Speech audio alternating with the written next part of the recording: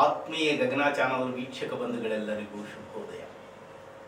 ಪ್ರಿಯ ವೀಕ್ಷಕ ಬಂಧುಗಳೇ, ನಿತ್ಯ ಭವಿಷ್ಯವೆಂಬ ಆಧ್ಯಾತ್ಮಿಕ ನೇರ ಪ್ರಸಾರ ಕಾರ್ಯಕ್ರಮಕ್ಕೆ ತಮಗೆಲ್ಲರಿಗೂ ಆದರದ ಸ್ವಾಗತ, ಸುಸ್ವಾಗತ. ಈ ಕಾರ್ಯಕ್ರಮದಲ್ಲಿ ವಿಶೇಷವಾಗಿ ಅನುನಿತ್ಯವೂ ಶ್ರೀಪಾದಂಗಳವರ ಶುಭ ಆಶೀರ್ವಾದದೊಂದಿಗೆ ಈ ಒಂದು ಶ್ರೀಮದ್ ಭಾಗವತವನ್ನು ಹೇಳುತ್ತಾ ಇದೆ. ಈ ವಿಷಯ ತಮಗೆಲ್ಲರಿಗೂ ವಿದಿತವೇ. ನಿನ್ನೆ ತನಕ ಸಾಕ್ಷಾತ್ತು ಶ್ರೀಮನ್ನಾರಾಯಣನು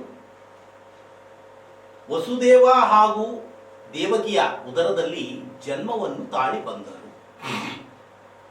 ಅದು ಯಾವ ಪ್ರಕಾರವಾಗಿ ಜನ್ಮವನ್ನು ತಾಳಿ ಬಂದರು? ಪುಟ್ಟ ಬಾಲಕನಾಗಿ ಶಂಖಚಕ್ರಧಾರಣೆಗಳನ್ನು ಮಾಡಿ ಬಂದು ದರ್ಶನವನ್ನು ಕೊಟ್ಟು ಅವರ ಹಿಂದಿನ ಜನ್ಮದ ವೃತ್ತಾಂತವನ್ನು ಕೂಡ ಹೇಳಿ, ನಾನು ಈ ರೂಪಧಾರಿಯಾಗಿ ಯಾತಕ್ಕೆ ಬಂದಿದ್ದೇನೆ ಎಂದರೆ, ಸರ್ವೇ ಸಾಧಾರಣವಾದಂತಹ ಮಗುವಿನ ರೂಪದಲ್ಲಿ ಬಂದಿದ್ದರೆ ನಿಮಗೆ ನಾನೇ ಶ್ರೀಮನ್ನಾರಾಯಣನು ಎನ್ನುವಂತಹ ವಿಷಯ ತಿಳಿಯುತ್ತಾ ಇರಲಿಲ್ಲ. ಹೀಗಾಗಿ ನಾನು ಶಂಖಚಕ್ರಧಾರಿಯಾಗೇ ಬಂದಿದ್ದೇನೆ ಎನ್ನುವಂತಹ ಮಾಹಿತಿಯನ್ನು ಕೊಟ್ಟು ತದನಂತರದಲ್ಲಿ ಸರ್ವೇ ಸಾಧಾರಣವಾದಂತಹ ಮಗುವಿನ ರೂಪವನ್ನು ಧಾರಣೆ ಮಾಡಿದರು. ಪುಟ್ಟಿಯಲ್ಲಿ ಈ ವಸುದೇವನ ಆ ಮಗುವನ್ನು ಮಲಗಿಸಿಕೊಂಡು ಯಮುನಾ ನದಿ ತೀರಕ್ಕೆ ಬಂದ. ಮುಂದೆ ಏನಾಗುತ್ತಾ ಇದೆ? ಯಮುನಾ ನದಿ ಎಂದೊಡನೆ ಅದು ಚಿಕ್ಕದಾದಂತಹ ನದಿ ಅಲ್ಲ, ವಿಶೇಷವಾದಂತಹ ದೊಡ್ಡ ಗಾತ್ರದ ನದಿಯು. ಆ ನದಿಯಲ್ಲಿ ಯಾವ ಪ್ರಕಾರವಾಗಿ ಪ್ರವೇಶ ಮಾಡುತ್ತಾನೆ, ಯಾವ ಪ್ರಕಾರವಾಗಿ ಹೋಗುತ್ತಾನೆ? ಅದರಲ್ಲಿಯೂ ವಿಶೇಷವಾಗಿ ಈ ಆದಿಶೇಷನು ಛತ್ರದಂತೆ ತನ್ನ ಹೆಡೆಗಳನ್ನು ಆ ಸ್ವಾಮಿಯ ರಕ್ಷಣೆಗಾಗಿ, ಅಂದರೆ ಆ ಮಳೆಯ ನೀರು ಸ್ವಾಮಿಗೆ ಸೋಕಬಾರದು ಎನ್ನುವಂತಹ ಉದ್ದೇಶದಿಂದ ಛತ್ರದಂತೆ ಕಾಪಾಡುತ್ತಾ ಬರುತ್ತಾ ಇದ್ದಾನೆ. ಅದು ಯಾವ ಪ್ರಕಾರವಾಗಿ ಇದೆ ಅಂದರೆ ಮುತ್ತಿನ ಹೊದಿಕೆಯನ್ನು ಹಾಸಿದಂತೆ ಕಾಣುತ್ತಾ ಇದೆ. ಆ ಪ್ರಕಾರವಾಗಿ ಯಮುನಾ ನದಿ ತೀರದ ತನಕ ಬಂದಿದ್ದಾನೆ. ಮುಂದೇನಾಗುತ್ತಾ ಇದೆ? ವಸುದೇವನು ತಾನು ತಲುಪಬೇಕಾದ ಗುರಿಯನ್ನೊಮ್ಮೆ ನೋಡಿ ಯಮುನೆಯಲ್ಲಿ ಕಾಲು ಇರಿಸಿದನು. ಯಮುನೆ ಅಂತಿಂತಹ ನದಿಯಲ್ಲ, ಬಹಳ ಆಳವಾದಂತಹ ನದಿಯು. ಶೀಘ್ರಗಾಮಿಯಾದ ಹಾಗೂ ಕ್ರೂರ ಮೀನು ಮೊಸಳೆಗಳಿಂದ ತುಂಬಿ ಹೋದ ನದಿಯು ಅದು. ಅಂತಹ ನದಿಯಲ್ಲಿ ವಸುದೇವನು ನಿಧಾನವಾಗಿ ಮುಂದೆ ಸಾಗತೊಡಗಿದನು. ಯಮುನೆಯು ಅವನನ್ನು ತನ್ನ ಉದರದಲ್ಲಿ ಸ್ವೀಕರಿಸತೊಡಗಿದಳು.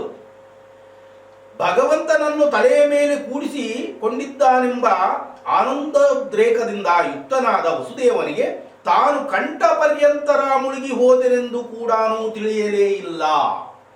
ಇದು ನಿಜವಾದಂತಹ ಭಕ್ತಿ. ಕಾರಣ, ಅಂತಹ ಒಂದು ಯಮುನಾ ನದಿಯಲ್ಲಿ ಪ್ರವೇಶವನ್ನು ಮಾಡಿದ್ದಾನೆ. ಕಂಠದ ತನಕ ನೀರು ಬಂದಿವೆ. ಆದರೆ ಕೂಡ ಆತನಿಗೆ ಆ ಪ್ರಜ್ಞೆನೇ ಇಲ್ಲ. ಸಾಕ್ಷಾತ್ ಭಗವಂತನನ್ನೇ ನಾನು ಹೊತ್ತುಕೊಂಡಿದ್ದೇನೆ. ಇನ್ನು ಭಗವಂತನನ್ನು ಹೊತ್ತುಕೊಂಡ ಮೇಲೆ ಈ ನೀರಿಗೆ ಆತಕ್ಕೆ ನಾನು ಭಯಪಡಬೇಕು ಎನ್ನುವಂತ ಒಂದು ಆಲೋಚನೆಯೂ ಏನು ಆತನಿಗೆ ಅದರ ಅರಿವೇ ಇಲ್ಲ. ಹೋಗುತ್ತಾ ಇದ್ದಾನೆ. ಆದರೆ ನೀರಿನ ಆಳದತ್ತ ಲಕ್ಷ್ಯವಿಲ್ಲದೆ ಮುಂದೆ ಸಾಗತೊಡಗಿದನು.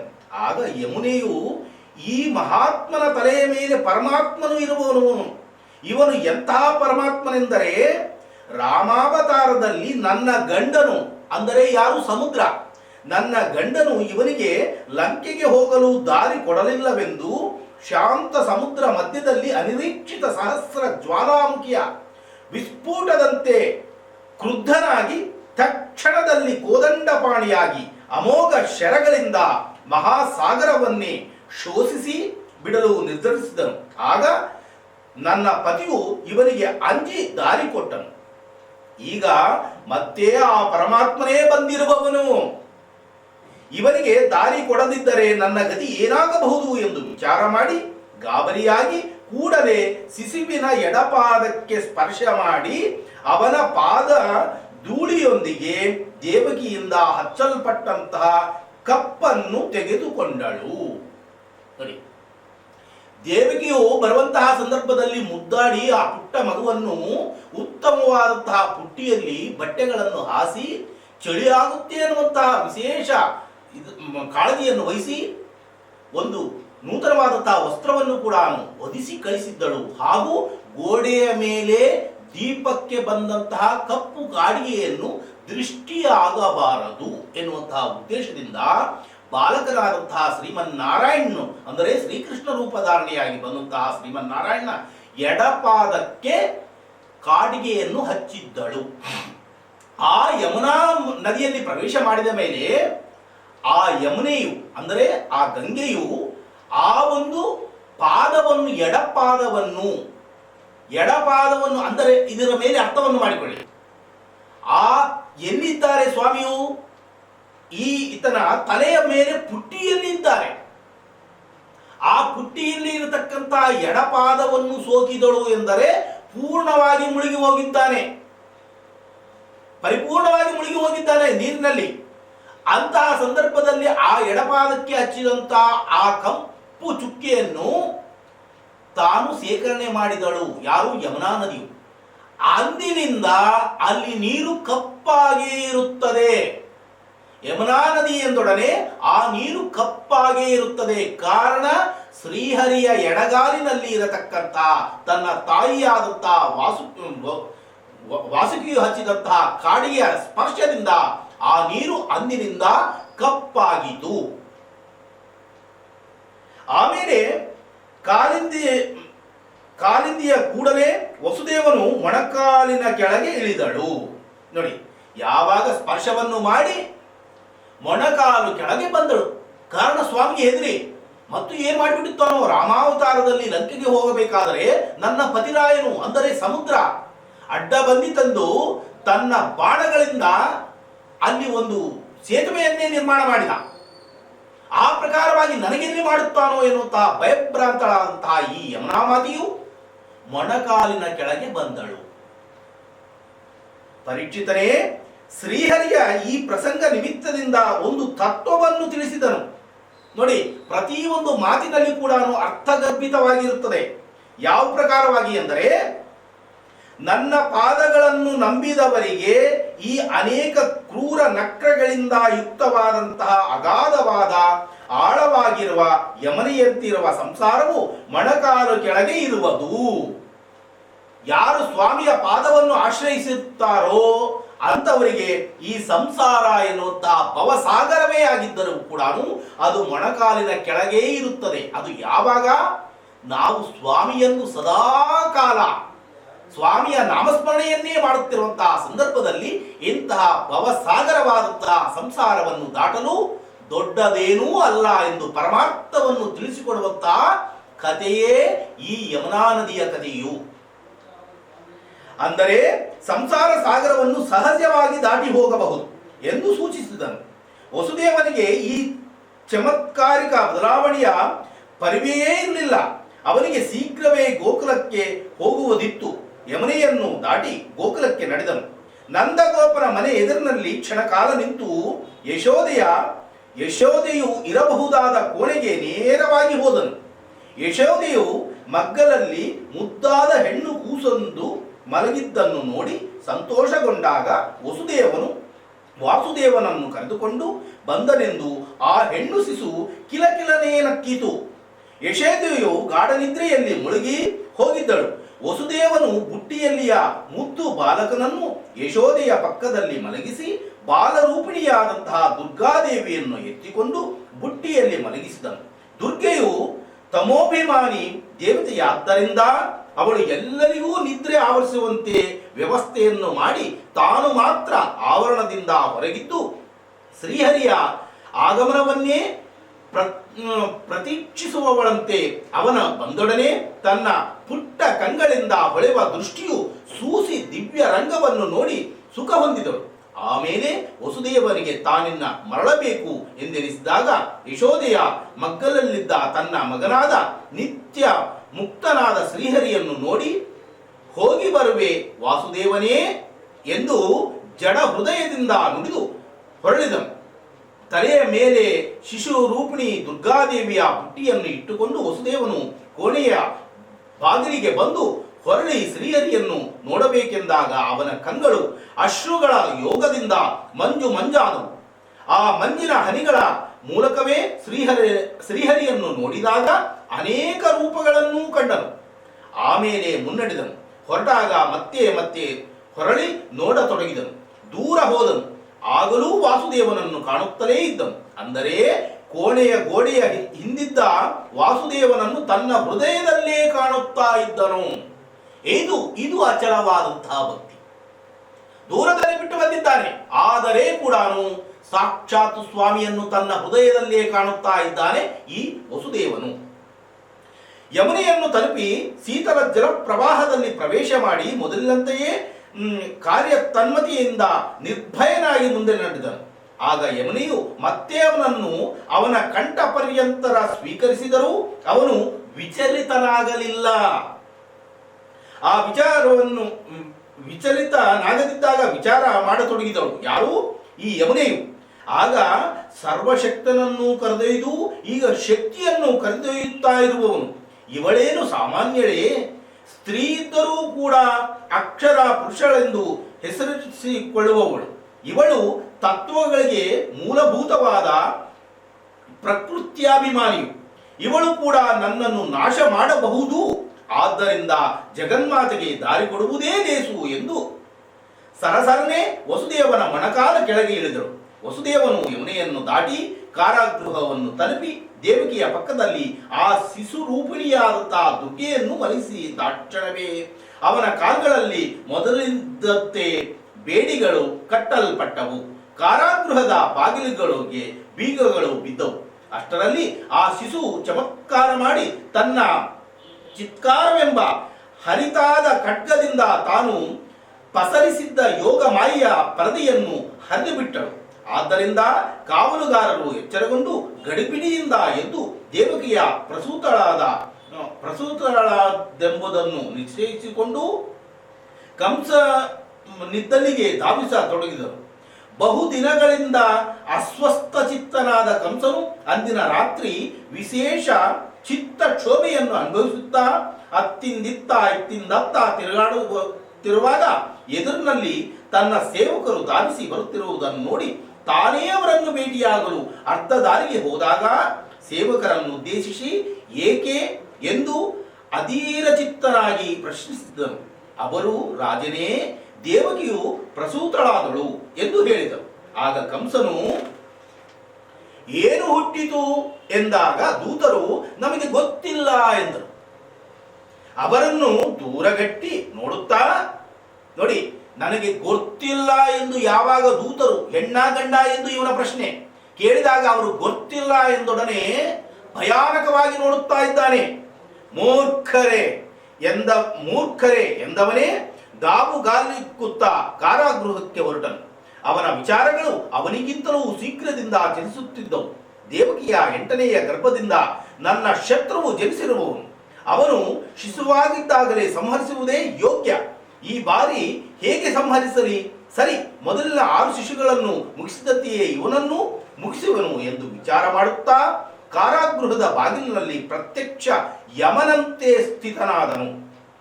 ದೇವಕಿಯು ತನ್ನ ತೊಡೆಯ ಮೇಲೆ ನವಜಾತ ಹೆಣ್ಣು ಶಿಶುವನ್ನು ಮಲಗಿಸಿಕೊಂಡು ಬಾಗಿಲಿಗೆ ಬಂದ ತನ್ನ ಮಕ್ಕಳ ಪಾಲಿನ ಸಾಕ್ಷಾತ್ ಮೃತ್ಯುವಾದಂತಹ ಕಂಸನನ್ನು ನೋಡಿ ಬಹು ದುಃಖದಿಂದ ಯುಕ್ತಳಾಗಿ, ಅಣ್ಣ, ಇದನ್ನಾದರೂ ಬಿಡು, ಇದು ಹೆಣ್ಣು ಕೂಸು, ನಿನಗೆ ಏನು ಮಾಡಲು ಶಕ್ಯ? ಇಷ್ಟು ಮಕ್ಕಳನ್ನು ಪಡೆದರೂ ನಾನು ಬಂಜೆಯಂತೆಯೇ ಇರಲೇ? ಕರುಣೆದೋರು ಅಣ್ಣ, ಕರುಣೆದೋರು, ಇದನ್ನಾದರೂ ನಮಗೆ ಬಿಡು. ಬೇಡ ಬೇಡ, ಕೂಸಿನ ಕೋಮಲ ಕಾಲುಗಳನ್ನು ಹೀಗೆ ಎಳೆಯಬೇಡ. ಅಯ್ಯೋ, ಅದನ್ನು ಹಾಗೆ ತಿರುವಬೇಡ, ಕೊಲ್ಲಬೇಡ ಎಂದು ಹಲಬತೊಡಗಿದಳು. ಆದರೆ ಕ್ರೌರ್ಯವು ಮೈಯಲ್ಲಿ ಹೊಕ್ಕು ಕಂಸನು ಆ ಶಿಶುವನ್ನು ಗರಗರನೆ ತಿರುವುತ್ತಾ ಅದರೊಡನೆ ಮದೋನ್ಮತ್ತವಾದ ಕಣ್ಣುಗಳನ್ನು ತಿರುವುತ್ತಾ ತಾನು ಹಿಂದೆ ಮುಂದೆ ಓಲಾಡುತ್ತಾ ಎಡಗಾಲನ್ನು ಕಿಂಚಿತ್ ಮುಂದೆ ಇರಿಸಿ ಬಲಗೈಗೆ ಹೆಚ್ಚು ಶಕ್ತಿಯನ್ನು ಪ್ರವಹಿಸಿ ಆ ಶಿಶುವನ್ನು ಕಠಿಣವಾದ ಕಲ್ಲಿನ ನೆಲಕ್ಕೆ ಅಪ್ಪಳಿಸಬೇಕೆನ್ನುವಷ್ಟರಲ್ಲಿ ಆ ಶಿಶುವು ಅವನ ಹಿಡಿತದಿಂದ ಮುಕ್ತವಾಗಿ ಆಕಾಶಕ್ಕೆ ಹಾರಿ ಅಷ್ಟಭುಜಗಳಿಂದ ಸುಶೋಭಿತವಾಗಿ ಸ್ಥಿತವಾಯಿತು.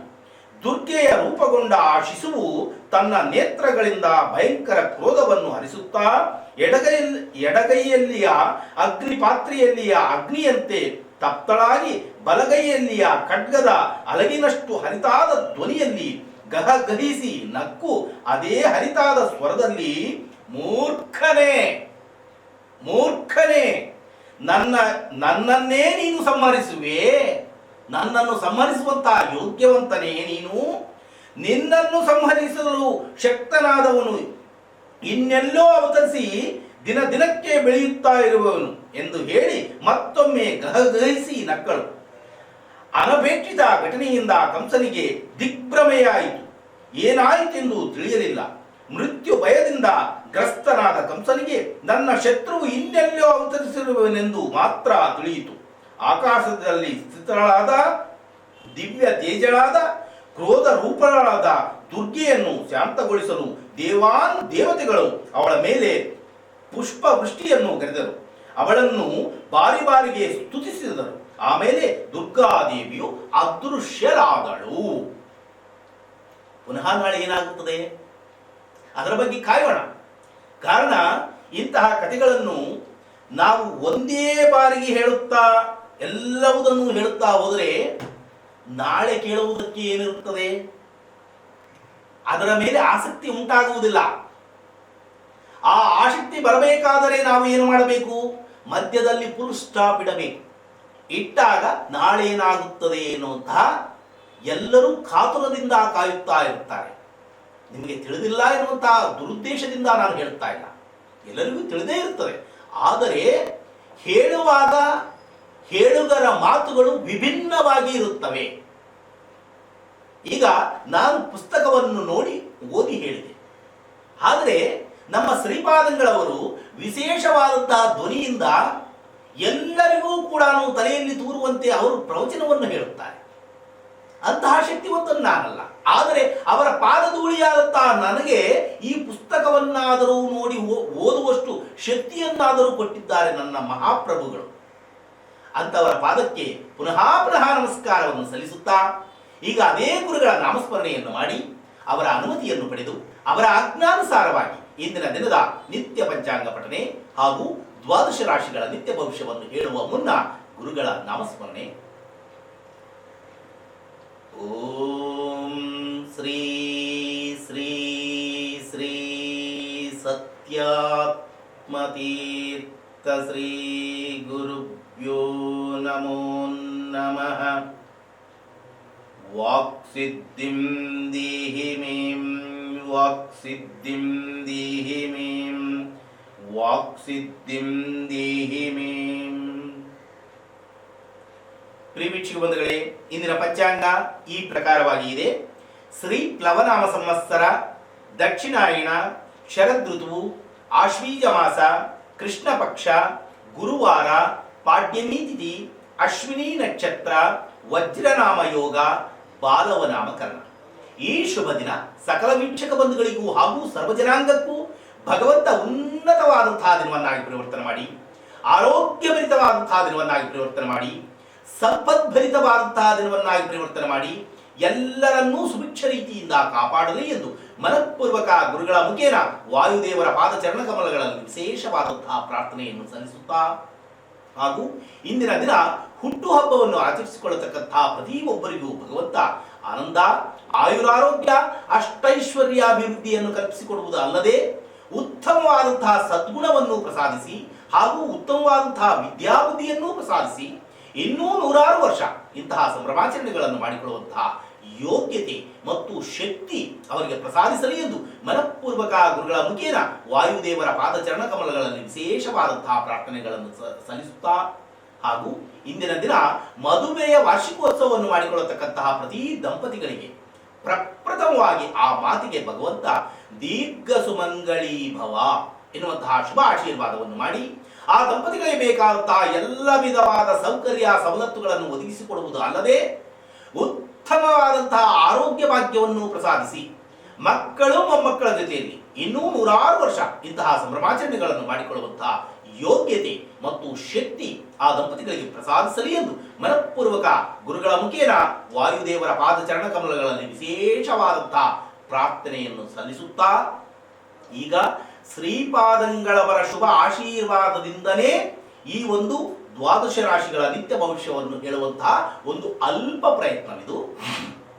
ಮೊದಲಿಗೆ ಮೇಷರಾಶಿ. ಮೇಷರಾಶಿಯವರಿಗೆ ಇಂದು ಅಷ್ಟು ಶುಭದಾಯಕವಾದಂತಹ ದಿನವಾಗಿ ಕಾಣ್ತಾ ಇಲ್ಲ. ಕಾರಣ ಪ್ರತಿ ಕಾರ್ಯದಲ್ಲಿಯೂ ಕೂಡ ನಾನಾ ತರಹವಾದಂತಹ ವಿಘ್ನಗಳು, ಇಲ್ಲ ಸಲ್ಲದಂತಹ ತೊಂದರೆಗಳು, ಅಡಚಣೆಗಳು ಮತ್ತು ನಷ್ಟಕ್ಕೆ ಕೂಡ ಗುರಿಯಾಗುತ್ತೀರಿ. ಹಾಗೆಂದು ಕಾರ್ಯವನ್ನು ಮಾಡುವುದನ್ನು ಬಿಡಬೇಡಿ. ಅಯ್ಯೋ ನನಗೆ ನಷ್ಟ ಆಗುತ್ತದೆ, ನಾನು ಸುಮ್ಮನೆ ಮನೆಯಲ್ಲಿ ಕೂತು ಬಿಡೋಣ ಅನ್ನುವಂತಹ ಭಾವನೆಗೆ ಯಾರೂ ಒಳಗಾಗಬೇಡಿ. ಕಾರಣ ನಾವು ಮಾಡತಕ್ಕಂತಹ ಕಾರ್ಯವನ್ನು ಯಥೇಚ್ಛವಾಗಿ ಮಾಡಬೇಕು. ಅದರ ಪ್ರತಿಫಲ ನಮ್ಮ ಪ್ರಾರಬ್ಧಕ್ಕೆ ಅನುಗುಣವಾಗಿ ಭಗವಂತ ಕೊಡುತ್ತಾನೆ. ಆದರೆ ಇಂದು ನೀವೇನ್ರಿ ನಷ್ಟ ಅಂತಂದು ಹೇಳಿದ್ದೀರಿ, ಮತ್ತು ನಾವು ಹೇಗೆ ಹೋಗಬೇಕು? ಅದಕ್ಕೆ ಉಪಶಮನೆ ಹೇಳುತ್ತೆ ಸ್ವಾಮಿ. ಉಪಶಮನೆ ಹೇಳಿದಾಗ ಆ ಪ್ರಕಾರವಾಗಿ ನೀವು ನಡೆದುಕೊಂಡರೆ ಸ್ವಾಮಿಯು ಲಾಭವನ್ನು ಕೂಡ ತಂದೊಡ್ಡುತ್ತಾನೆ. ಎಲ್ಲವುದೂ ಸ್ವಾಮಿಯ ಆಧೀನದಲ್ಲೇ ಇದೆ. ನೋಡಿ, ಯಮುನಾ ನದಿಯೇ ಅಂತಹ ಭಯಂಕರವಾದಂತಹ ನದಿ. ಮೊಸಳೆಗಳು, ಮೀನುಗಳು, ವಿಶೇಷವಾದಂತಹ ದೊಡ್ಡದ ಗಾತ್ರವಾದಂತಹ ನದಿಯು ತಾನಾಗಿ ತಾನು ಆ ಭಗವಂತನ ಪಾದ ಸ್ಪರ್ಶ ಮಾಡಿ ವಸುದೇವನ ಮೊಣಕಾಲು ಕೆಳಗೆ ಬಂದಳು. ವಸುದೇವನನ್ನು ನುಂಗಿಬಿಡಲು ತಾನು ಸಿದ್ಧನೇ. ಕಾರಣ ವಸುದೇವನಿಗೆ ನೋಡಿ, ಭಗವಂತನ ಮೇಲೆ ಇರತಕ್ಕಂತಹ ವ್ಯಾಮೋಹ, ಭಕ್ತಿ. ಆತನು ಮುಳುಗಿ ಹೋದರು. ತಲೆಯ ಮೇಲೆ ಇರತಕ್ಕಂತಹ, ಪುಟ್ಟಿಯಲ್ಲಿ ಇರತಕ್ಕಂತಹ ಸಾಕ್ಷಾತ್ ಶ್ರೀಮನ್ನಾರಾಯಣ ಪಾದವನ್ನು ಆ ನೀರು ಸೋಕಿತೆಂದರೆ ಅದನ್ನು ಹೊತ್ತಂತಹ ವಾಸುದೇವನು ಎಲ್ಲಿದ್ದಾನೆ? ನೀರಿನಲ್ಲಿ ಸಂಪೂರ್ಣವಾಗಿ ಮುಳುಗಿ ಹೋಗಿದ್ದಾನೆ. ಆದರೆ ಆತನಿಗೆ ಆ ಪ್ರಜ್ಞೆಯೇ ಇಲ್ಲ, ಮುಂದೆ ಸಾಗುತ್ತಲೇ ಇದ್ದಾನೆ ಅಷ್ಟೇ. ಅದೇ ಪ್ರಕಾರವಾಗಿ ನಾವು ಕೂಡ ಭಕ್ತಿ ಎನ್ನುವಂತಹ ಸಾಗರದಲ್ಲಿ ಮುಳುಗಬೇಕು. ಮುಳುಗಿದಾಗ ವಿಶೇಷವಾದಂತಹ ಕರುಣೆಯನ್ನು ತೋರಲು ಭಗವಂತನು ಸದಾ ಸಿದ್ಧನಾಗಿರುತ್ತಾನೆ ಎನ್ನುವಂತಹ ಮಾತಿನಲ್ಲಿ ಸಂದೇಹನೇ ಬೇಡ. ಆದರೆ ಇಂದು ಎಂತಹ ಮೂರ್ತಿಗೆ ನೀವು ನಮಸ್ಕಾರವನ್ನು ಸಲ್ಲಿಸಬೇಕು? ಲಕ್ಷ್ಮೀ ಸಮೇತಸ್ಯ ನೃಸಿಂಹಸ್ವಾಮಿಯ ದೇವಸ್ಥಾನವು ಇದ್ದರೆ, ದೇವಸ್ಥಾನಕ್ಕೆ ಪ್ರತಿಯೊಂದು ಊರಲ್ಲಿ ದೇವಸ್ಥಾನ ಸಿಗುವುದು ತುಂಬಾ ವಿಳಂಬ. ಹೀಗಾಗಿ ದೇವಸ್ಥಾನ ಇಲ್ಲದೇ ಇದ್ದರೂ ಕೂಡ ಭಾವಚಿತ್ರದಲ್ಲೇ ಸ್ವಾಮಿಯ ಪಾದವನ್ನು ಹಿಡಿದಿದ್ದೇನೆ ಎನ್ನುವಂತಹ ಭಾವನೆಗೆ ಒಳಗಾಗಿ ನಮಸ್ಕಾರವನ್ನು ಸಲ್ಲಿಸಿದ್ದೇ ಆದರೆ ಉತ್ತಮವಾದಂತಹ ದಿನವನ್ನಾಗಿ ನಿಮ್ಮ ಕೈಯಾರ ನೀವೇ ಪರಿವರ್ತನೆಯನ್ನಾಗಿ ಮಾಡಿಕೊಳ್ಳುತ್ತೀರಿ. ನೀವೇನಾದರೂ ಯಮುನಾ ನದಿಯನ್ನು ದಾಟುತ್ತಾ ಇದ್ದೀರಾ? ಇಲ್ಲ ತಾನೇ. ಮನುಷ್ಯನಿಗೆ ಕಷ್ಟ ಸುಖಗಳು ಸರ್ವೇ ಸಾಧಾರಣವಾಗಿ ಬಂದೇ ಬರುತ್ತವೆ. ಇದು ಹಗಲು ರಾತ್ರಿ ಇದ್ದಂತೆ. ಸದಾ ಕಾಲವೂ ನನಗೆ ಸುಖವೇ ಬೇಕು ಎಂದರೆ ಅದು ಶಾಶ್ವತವಾಗಿ ಉಳಿಯುವುದೇ ಇಲ್ಲ. ಕಷ್ಟವೂ ಬರ್ತದೆ, ಸುಖವೂ ಬರ್ತದೆ, ಎಲ್ಲವುದಕ್ಕೂ ಸಿದ್ಧವಾಗಿರಬೇಕು. ಸುಖ ಬಂದಾಗ ಕಣ್ಣುಗಳು ಎಲ್ಲಿರಬೇಕು ಅಲ್ಲೇ ಇರಬೇಕು. ದುಃಖ ಬಂದಾಗ ಭಗವಂತನೇ ಇಲ್ಲ ಎಂದರೆ ಅದು ಅಲ್ಲ. ಆ ಪ್ರಕಾರವಾಗಿ ಎಂದಿಗೂ ಮಾನವರಾಗಿ ನಾವು ನಡೆದುಕೊಳ್ಳಲೇಬಾರದು. ಹೀಗಾಗಿ ಇಂದು ವಿಶೇಷವಾಗಿ ಲಕ್ಷ್ಮೀ ಸಮೇತಸ್ಯ ನೃಸಿಂಹಸ್ವಾಮಿಯ ಭಾವಚಿತ್ರದ ಮುಂದೆ ನಿಂತು ಭಕ್ತಿ ಪರವಶರಾಗಿ ಸಾಕ್ಷಾತ್ ಸ್ವಾಮಿಯ ಪಾದವನ್ನೇ ಹಿಡಿದಿದ್ದೇನೆ ಎನ್ನುವಂತಹ ಭಾವನೆಗೆ ಒಳಗಾಗಿ ನಮಸ್ಕಾರವನ್ನು ಸಲ್ಲಿಸಿದ್ದೇ ಆದರೆ ಉತ್ತಮವಾದಂತಹ ದಿನವನ್ನಾಗಿ ನಿಮ್ಮ ಕೈಯಾರ ನೀವೇ ಪರಿವರ್ತನೆ ಮಾಡಿಕೊಳ್ಳುತ್ತೀರಿ ಎನ್ನುವಂತಹ ಮಾತಿನಲ್ಲಿ ಸಂದೇಹನೇ ಬೇಡ. ಇದು ಕೇವಲ ಮೇಷರಾಶಿಯವರಿಗೆ ವರ್ತನೆ ಆಗತಕ್ಕಂತಹ ಮಾತಲ್ಲ, ಎಲ್ಲಾ ದ್ವಾದಶ ರಾಶಿಯವರಿಗೂ ಇದೇ ಮಾತೇ ವರ್ತನೆ ಆಗುತ್ತದೆ. ಏನು ವೃಷಭ ರಾಶಿ? ಪ್ರಿಯ ವೃಷಭ ರಾಶಿ ವೀಕ್ಷಕ ಬಂಧುಗಳೇ, ಇಂದು ನಿಮಗೆ ಅಷ್ಟು ಶುಭದಾಯಕವಾದಂತಹ ದಿನವಾಗಿ ಕಾಣ್ತಾ ಇಲ್ಲ. ಕಾರಣ ಏನು ಎಂದರೆ ಲಘು ಅಪಘಾತಗಳು ಸಂಭವಿಸತಕ್ಕಂತಹ ಒಂದು ಅಶುಭಕರವಾದಂತಹ ದಿನ. ಅಪಘಾತಗಳು ಆದ ಮೇಲೆ ಅಯ್ಯೋ ಹಾಗಾಯ್ತಲ್ಲ ಹೀಗಾಯ್ತಲ್ಲ ಅಂದರೆ ಬರುವಂತಹ ಲಾಭವಂತೂ ಏನೂ ಇಲ್ಲ. ಹೀಗಾಗಿ ಮುಂಗಡವಾಗಿ ಹೇಳುತ್ತಾ ಇದೆ, ತಕ್ಷಣವೇ ಎದ್ದೇಳಿ, ಎದ್ದು ಸ್ನಾನ ಸಂಧ್ಯಾ ಅನುಷ್ಠಾನಗಳನ್ನು ನಿಮ್ಮ ಕುಲಕ್ಕೆ ನಿಮ್ಮ ಮತಕ್ಕೆ ಅನುಗುಣವಾಗಿ ನಿರ್ವಹಿಸಿಕೊಂಡು ಲಕ್ಷ್ಮೀ ಸಮೇತಸ್ಯ ನೃಸಿಂಹಸ್ವಾಮಿಯ ಭಾವಚಿತ್ರದ ಮುಂದೆ ನಿಂತು ಭಕ್ತಿ ಪರವಶರಾಗಿ ಸಾಕ್ಷಾತ್ ಸ್ವಾಮಿಯ ಪಾದವನ್ನೇ ಹಿಡಿದಿದ್ದೇನೆ ಎನ್ನುವಂತ ಭಾವನೆ ನಮ್ಮಲ್ಲಿ ಬರಬೇಕು. ಕಾರಣ ಏನು ಎಂದರೆ ಪ್ರಹ್ಲಾದರಾಜನು ತನ್ನ ತಂದೆಯಾದಂತಹ ಹಿರಣ್ಯ ಕಶ್ಯಪ ಶ್ರೀಹರಿಗೆ ಬದ್ಧ ವೈರಿ. ಆತನ ನಾಮಸ್ಮರಣೆಯನ್ನೇ ಮಾಡುತ್ತಾ ಇದ್ದಾನೆ ಈ ಪ್ರಹ್ಲಾದರಾಜನು. ಅಂತಹ ಸಂದರ್ಭದಲ್ಲಿ ಈ ಪ್ರಹ್ಲಾದರಾಜನ ಭಕ್ತಿ ಎಷ್ಟರ ಮಟ್ಟಿಗೆ ಇದೆ ಎಂದು ಎದ್ದು ತೋರುತ್ತದೆ ಈ ಮಾತು. ಚೂಪಾದಂತಹ ಖಡ್ಗವನ್ನು ಹಿರಣ್ಯಕಶ್ಯಪನು ಈ ಬಾಲಕನಾದಂತಹ ಪ್ರಹ್ಲಾದನ ಕುತ್ತಿಗೆಯ ಮೇಲೆ ಇಟ್ಟಿದ್ದಾನೆ. ನಿನ್ನ ಶ್ರೀಹರಿಯನ್ನು ನೀನು ತೋರುವೆಯೋ ಇಲ್ಲವೋ ನಿನ್ನ ಶಿರಸ್ಸನ್ನು ಚೆಂಡಾಡಲೋ ಎಂದು ಕೇಳಿದ. ಆಗ ಹಸನ್ಮುಖದಿಂದ ಭಯ ಎನ್ನುವುದೇ ಇಲ್ಲ, ಭಯ ಎನ್ನುವುದೇ ಆ ಪ್ರಹ್ಲಾದರಾಜನಲ್ಲಿ ಇಲ್ಲ. ಅಪ್ಪ, ನೀನು ಅಷ್ಟ್ಯಾಕೆ ಕಿಚ್ಚಾಡುತ್ತೀಗಿ? ನನ್ನ ಶ್ರೀಹರಿಯು ಎಲ್ಲಿ ಬೇಕಾದರೆ ಅಲ್ಲಿದ್ದಾನಪ್ಪ. ಆತನನ್ನು ಹುಡುಕಬೇಕಾದಂತಹ ಅವಶ್ಯಕತೆ ಇಲ್ಲ, ಎಲ್ಲಿ ಬೇಕಾದರೂ ಅಲ್ಲಿದ್ದಾನೆ.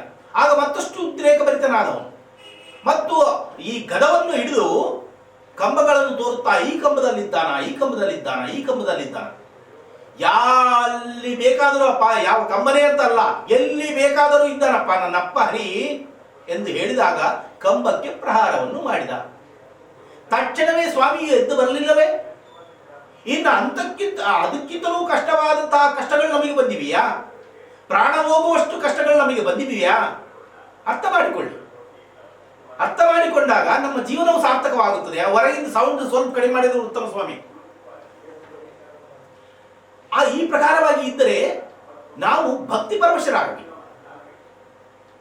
ಅದೇ ಪ್ರಕಾರವಾಗಿ ಇಂದು ಲಕ್ಷ್ಮೀ ಸಮೇತಸ್ಯ ನರಸಿಂಹಸ್ವಾಮಿಯ ಭಾವಚಿತ್ರದ ಮುಂದೆ ನಿಂತು ಭಕ್ತಿ ಪರವಶರಾಗಿ ನಮಸ್ಕಾರವನ್ನು ಸಲ್ಲಿಸಿದ್ದೇ ಆದರೆ ಯಾವುದೇ ತರಹವಾದಂತಹ ಅಪಘಾತಗಳು ಆಗಲು ಆ ಸ್ವಾಮಿಯು ಬಿಡುವುದಿಲ್ಲ. ಏನು? ಮಿಥುನ ರಾಶಿ. ಮಿಥುನ ರಾಶಿಯವರಿಗೆ ಇಂದು ಶುಭ ದಿನವೆಂದೇ ಹೇಳಬಹುದು. ಎಂತಹ ಪ್ರಕಾರವಾದಂತಹ ಶುಭ ದಿನ ಅಂದರೆ, ನಿಮ್ಮ ಯೋಗ್ಯತಾನುಸಾರವಾಗಿ ಪ್ರತಿ ಕಾರ್ಯದಲ್ಲಿಯೂ ಕೂಡ ವಿಜಯವನ್ನು ಸಾಧಿಸಿ ವಿಶೇಷವಾದಂತಹ ಧನಲಾಭವನ್ನು ಪಡೆದು ಮನೆಯಲ್ಲಿ ಹಬ್ಬದ ವಾತಾವರಣವನ್ನೇ ನಿರ್ಮಾಣ ಮಾಡಿಕೊಳ್ಳತಕ್ಕಂತಹ ಒಂದು ಪವಿತ್ರವಾದಂತಹ ದಿನ. ಅಷ್ಟು ಮಾತ್ರವೇ ಅಲ್ಲ, ದೂರದ ಬಂಧು ಬಳಗದವರು ಆಗಮನದಿಂದ ಮತ್ತಷ್ಟು ಸಂತೋಷ ಉಲ್ಲಾಸ ಉಕ್ಕೇರುತ್ತದೆ ಎನ್ನುವಂತಹ ಮಾತಿನಲ್ಲಿ ಕೂಡ ಸಂದೇಹನೇ ಬೇಡ. ಇಂತಹ ಪವಿತ್ರವಾದಂತಹ ದಿನವನ್ನು ಸದ್ವಿನಿಯೋಗ ಮಾಡಿಕೊಳ್ಳಿ. ಶುಭವಾಗಲಿ. ಏನು? ಕರ್ಕಾಟಕ ರಾಶಿ. ಕರ್ಕಾಟಕ ರಾಶಿಯವರಿಗೆ ಇಂದು ಅಷ್ಟು ಶುಭದಾಯಕವಾದಂತಹ ದಿನವಾಗಿ ಕಾಣ್ತಾ ಇಲ್ಲ. ಕಾರಣ ಅನೇಕ ತರಹವಾದಂತಹ ನಷ್ಟ ನಷ್ಟ ನಷ್ಟ. ಏನೇ ಮಾಡಲು ಹೋದರೆ ಕೂಡ ನಷ್ಟಕ್ಕೆ ಗುರಿಯಾಗುತ್ತೀರಿ. ನೀವು ಕೂಡ ಲಕ್ಷ್ಮೀ ಸಮೇತಸ್ಯ ನರಸಿಂಹಸ್ವಾಮಿಯ ಭಾವಚಿತ್ರಕ್ಕೆ ನಮಸ್ಕಾರವನ್ನು ಸಲ್ಲಿಸಿದ್ದೇ ಆದರೆ ಉತ್ತಮವಾದಂತಹ ದಿನವನ್ನಾಗಿ ನಿಮ್ಮ ಕೈಯಾರ ನೀವೇ ಪರಿವರ್ತನೆಯನ್ನಾಗಿ ಮಾಡಿಕೊಳ್ಳುತ್ತೀರಿ ಎನ್ನುವಂತಹ ಮಾತಿನಲ್ಲಿ ಸಂದೇಹನೇ ಬೇಡ. ಏನು? ಸಿಂಹರಾಶಿ. ಸಿಂಹರಾಶಿಯವರಿಗೆ ಇಂದು ಶುಭ ದಿನವೆಂದೇ ಹೇಳಬಹುದು. ಕಾರಣ ಏನೆಂದರೆ, ತಾವು ಪ್ರತ್ಯಕ್ಷವಾಗಿ ಪರೋಕ್ಷವಾಗಿ ಕೇಳತಕ್ಕಂತಹ ಪ್ರತಿ ವಾರ್ತೆಗಳು ಶುಭ ವಾರ್ತೆಗಳೇ ಮತ್ತು ಈ ದಿನ ತಾವು ಪಾಲ್ಗೊಳ್ಳುವಂತಹ ಪ್ರತಿ ಕಾರ್ಯಗಳು ಕೂಡ ಶುಭ ಕಾರ್ಯಗಳಲ್ಲೇ ಪಾಲ್ಗೊಳ್ಳುತ್ತೀರಿ. ಅಂತಹ ಒಂದು ಪವಿತ್ರವಾದಂತಹ ದಿನ ಇದು ಸಿಂಹರಾಶಿಯವರ ಪಾಲಿಗೆ ಶುಭವಾಗಲಿ. ಏನು? ಕನ್ಯಾ ರಾಶಿ. ಕನ್ಯಾ ರಾಶಿಯವರಿಗೆ ಇಂದು ಅಷ್ಟು ಶುಭದಾಯಕವಾದಂತಹ ದಿನವಾಗಿ ಕಾಣ್ತಾ ಇಲ್ಲ. ಕಾರಣ, 4 ಜನಗಳ ಮಧ್ಯದಲ್ಲಿ ಮಾತನಾಡುವಂತಹ ಸಂದರ್ಭದಲ್ಲಿ ಬಹು ಎಚ್ಚರದಿಂದ ಮಾತನಾಡಿ ಸ್ವಲ್ಪ ಯಾಮಾರಿದರೆ ಕೂಡ ಮಾನಹಾನಿಯಾಗತಕ್ಕಂತಹ ಒಂದು ಅಶುಭಕರವಾದಂತಹ ದಿನ. ಹೀಗಾಗಿ ಇಂತಹ ದಿನವನ್ನೇ ಉತ್ತಮವಾದಂತಹ ದಿನವನ್ನಾಗಿ ಅತಿ ಸುಲಭೋಪಾಯದಿಂದ ನಿಮ್ಮ ಕೈಯಾರ ನೀವೇ ಪರಿವರ್ತನೆಯನ್ನಾಗಿ ಮಾಡಿಕೊಳ್ಳಬಹುದು. ಯಾವ ಪ್ರಕಾರವಾಗಿ? ಲಕ್ಷ್ಮೀ ಸಮೇತಸ್ಯ ನೃಸಿಂಹಸ್ವಾಮಿ ದೇವಸ್ಥಾನವಿದ್ದರೆ ದೇವಸ್ಥಾನಕ್ಕೆ ತೆರಳಿ ಭಕ್ತಿ ಪರವಶರಾಗಿ ನಮಸ್ಕಾರವನ್ನು ಸಲ್ಲಿಸಿ. ಏನು? ತುಲಾರಾಶಿ. ತುಲಾರಾಶಿಯವರಿಗೆ ಇಂದು ಅಷ್ಟು ಶುಭದಾಯಕವಾದಂತಹ ದಿನವಾಗಿ ಕಾಣ್ತಾ ಇಲ್ಲ. ಕಾರಣ ಏನೆಂದರೆ, ನಾನಾ ತರಹವಾದಂತಹ ಕಲಹಗಳು ಎದುರಾಗುತ್ತವೆ. ಅಂದರೆ ಜಗಳಗಳು. ನೀವು ಸುಮ್ಮನೆ ಇದ್ದರೆ ಕೂಡ ಕಾಲು ಕೆದರಿ ಜಗಳ ಮಾಡುವಂತಹ ವ್ಯಕ್ತಿಗಳು ಎದುರಾಗುತ್ತಾರೆ. ಅವರು ಯಾರು? ಬಂಧು ಬಳಗದವರೇ.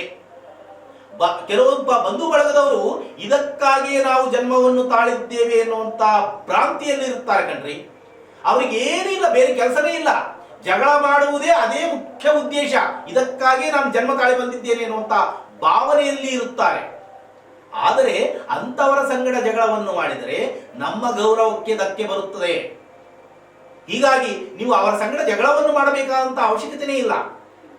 ನಾರಸಿಂಹಸ್ವಾಮಿ ಲಕ್ಷ್ಮೀ ಸಮೇತಸ್ಯ ನಾರಸಿಂಹಸ್ವಾಮಿಗೆ ನಮಸ್ಕಾರವನ್ನು ಸಲ್ಲಿಸಿದ್ದೇ ಆದರೆ ನಿಮ್ಮ ಮುಖದಲ್ಲಿಯೇ ನರಸಿಂಹಸ್ವಾಮಿ ಕಾಣುತ್ತಾನೆ. ಆ ಜಗಳ ಮಾಡಲು ಬಂದಂತಹ ವ್ಯಕ್ತಿಗಳಿಗೆ ಓಡಿ ಹೋಗುತ್ತಾರೆ. ಇನ್ನೇನು ನಿಲ್ಲಲು ಸಾಧ್ಯನೇ ಇಲ್ಲ.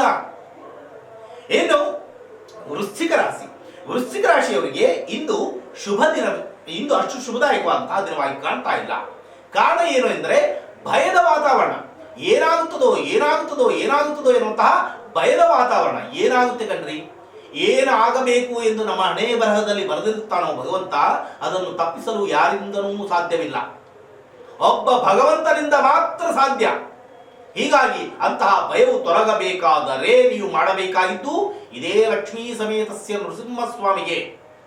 ಲಕ್ಷ್ಮೀ ಸಮೇತಸ್ಯ ಎಂದು ಯಾತಕ್ಕೆ ಹೇಳುತ್ತಾ ಇದ್ದೇನೆ? ಅವರು ಏಕಾಂಗಿಯಾಗಿ ಬಂದರೆ, ತಾಯಿ ಲಕ್ಷ್ಮೀ ಮಾತೆಯನ್ನು ಬಿಟ್ಟು ಅವರು ಏಕಾಂಗಿಯಾಗಿ ಬಂದಿದ್ದಾರೆ ಎಂದರೆ ಕ್ರೋಧೋಭರಿತರಾಗಿ ಇರುತ್ತಾರೆ, ತುಂಬಾ ಸಿಟ್ಟಿನಿಂದ ಇರುತ್ತಾರೆ. ಪ್ರಹ್ಲಾದ ರಾಜನಿಗೆ ಆ ಕರೆದ ಕೂಡಲೇ, ಹಿರಣ್ಯಕಶ್ಯಪನು ಕರೆದ ಕೂಡಲೇ ಏಕಾಂಗಿಯಾಗಿ ಬಂದರು, ಅದು ರೌದ್ರಾವತಾರವನ್ನು ತಾಳಿ.